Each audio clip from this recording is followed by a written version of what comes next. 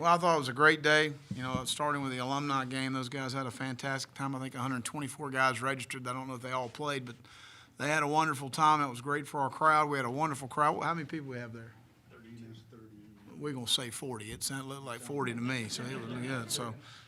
So excited about that. We came out of this thing pretty much injury-free. I think Christian Owens had a high ankle. John Walton and Christine Watts, his longtime girlfriend, had a child last night, Isaiah. I'm really happy for Johnny. He was riding up to Greenville. She was going into labor, and he started explaining to me the process.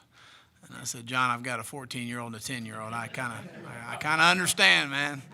But happy for John. He's a wonderful young man. He's had a great spring, and that's something, an awesome responsibility. So, again, I'm really pleased with our guys' effort. We've got a critical time starting from here to August 1st for our team. And, by NCAA rules, we can't be with them on the field with the ball.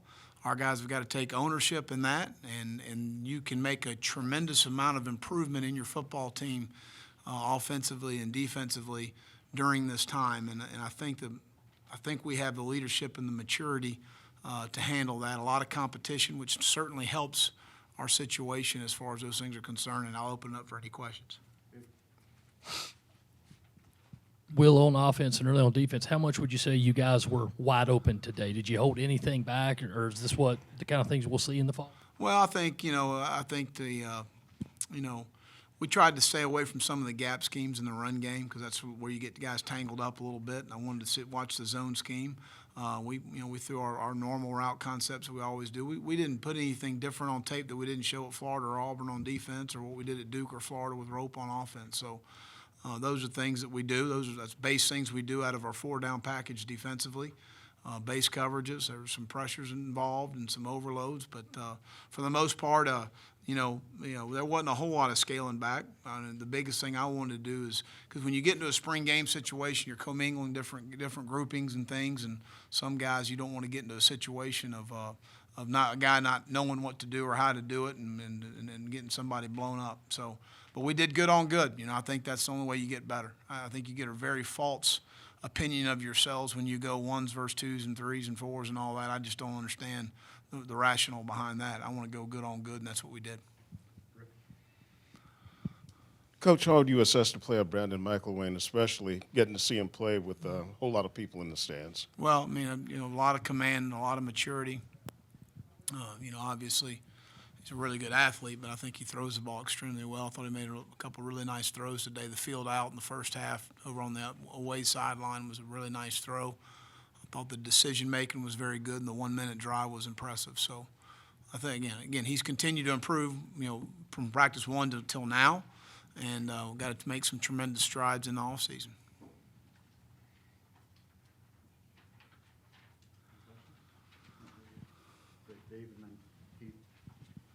Well, I know the competition will go into the fall, but how did you like how Brandon, Connor, and the other QBs looked today? Well, I thought Connor made a couple really nice third-down throws. I thought the decision-making to where to take the ball was good, and that's always what you want. Michael had a great drive there in the third quarter. So, we continue to progress, and, competition is our best friend as coaches, and we've got a lot of competition, and you throw Lorenzo and Perry into that, talk as well as we move forward. Perry will be full speed June 1st. So, again, that's something that excites me moving forward to know that that's going to help our football team be better.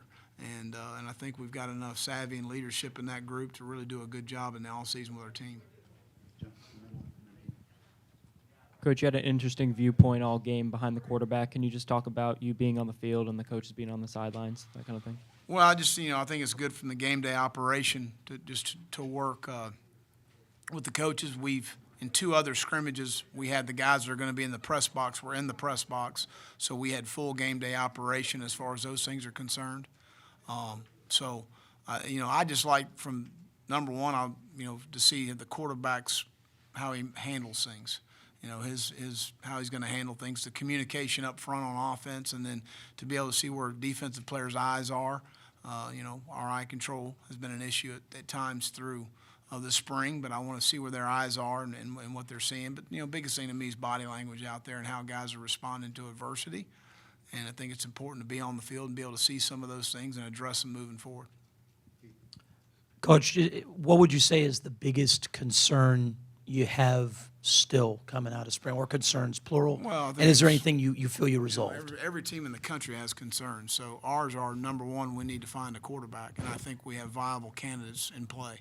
So I think that position is going to take care of itself. I think that we've got enough talent level there to be productive. Playmakers on offense. Debo Samuel is a guy that's really distanced himself as a guy. I thought Brian Edwards, the last 2 practices, including today, has showed some playmaking ability down the field.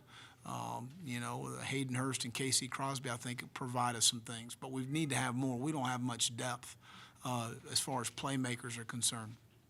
I was pleased with the way David Williams has run the ball, and A.J. Turner's done some nice things, but we need to continue to develop more depth at that position. On defense, the secondary is a concern. Just from coverage ability down the field against some of the receivers we're going to be matched up with. And you look at our 2 crossover games from the West, as Mississippi State and A&M, extremely talented on the perimeter at the receiver positions. So we've got to improve in the secondary and create more depth in the secondary. Those would be the playmakers offensively, finding a quarterback, and defensively in the secondary. Coach, you mentioned wanting to see the zone elements of the running game. How did you kind of assess that performance today? Well, I thought we got good movement up front. I thought the backs ran well. I thought they found daylight very well. We got in some good tempo situations, getting on the ball defensively. Didn't get aligned correctly a couple of times, which was disappointing. But hey, I thought we ran the ball well, and I think we will run the ball well. We've kept a lot of things the same verbiage-wise for our offensive line, which is important, and I've been very pleased with their transition. Coach, what were you most pleased with coming out of the spring, and were there any pleasant surprises during the spring?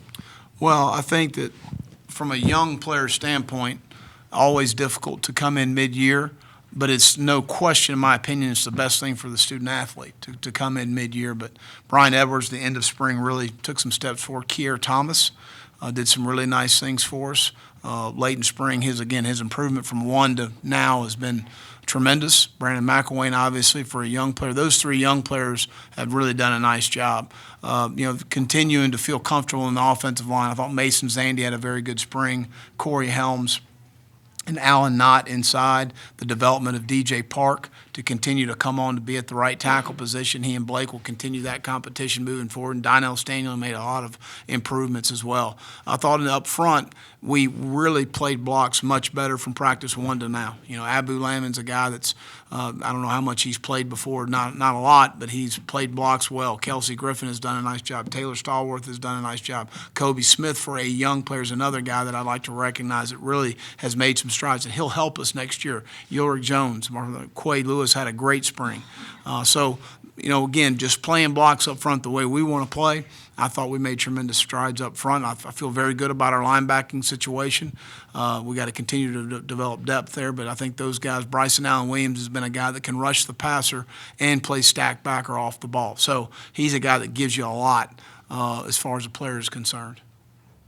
Will, with your tailbacks, would you prefer to have a top 3 group of guys, or would you go 5, 6, maybe 7 deep in the rotation? Well, it's hard to, be able to rep that many guys. You like to have a couple guys, and I think David and A.J. complement each other well because they're a little bit different in what they're able to do, and we got to continue to bring some people along. Moving Jamari Smith to slot, who made some nice plays today, I think helps us. But it hurts our running back depth. But we're lacking some playmakers outside, so that's the best move for our football team right now. And I appreciate his unselfishness of making the move, and I thought he did some nice things. Coach, you touched on it a little bit at the beginning, but just having the alumni, over 100 alumni guys back, and it looked like they really enjoyed it. How important is that to you, especially when you go out and you talk to recruits and you say, hey, look at these guys and how much they feel appreciated? Well, I think it's really important. It's anyone that's been a part of an organization, you always want to feel welcome to be back, and I want them to feel very welcome to walk in our doors and certainly, making some networking for our present players to be able to talk to a former player about his experience at Carolina. And, after football's over, maybe helping a guy get a job or something. I mean, that's a real thing as far as a guy being able to make some connection here with those guys. But I want those guys involved as much as possible, and we're going to continue to embrace that as much as possible. You, over here, Coach. You mentioned Jamari a little bit, but he had the most receptions of anyone on the team. How would you assess his performance given his switch? Well, I think, again, he made a smooth transition. He's a very intelligent young man and a guy that I think's got some playmaking ability. He can, especially yards after the catch. We're going to be able to get him some quick game stuff and the bubbles and different quicks that we have off the run game. But again, a guy that can do some nice things for you in space. Coach, where do you kind of feel like your defensive backs are in terms of sort of the communication needed to pass guys off in zone coverage and pattern matching? Well, I think we've made some strides. We've thrown a lot at them, and I think the communication standpoint, they've done a pretty decent job of that. Now, again, we've got to continue to create some duress for them as far as tempo and getting on the ball and snapping the ball. We busted a coverage on 3rd and 4 there with Belton coming across the middle, and you can't cut a guy loose. When you're in pattern matching, you cut a guy loose, it's real bad. Obviously, a huge mistake there that could cost you a game. So we can't afford that. But I thought we've made a lot of strides. We were much better on the perimeter today than we were last Saturday as far as our tackling and playing blocks. Will, how will you and Brandon handle the baseball question? Does he go right back to the team? Is it up to him?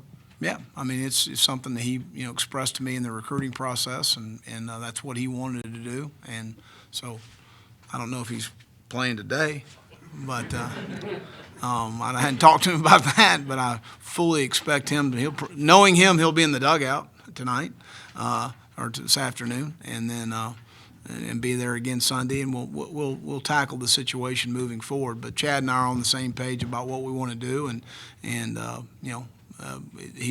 it's worked very well to this point, and it will continue to work. You talked about the alumni, but you also had the students run out. You had them embracing. How important was it to you to incorporate all those elements for your current players?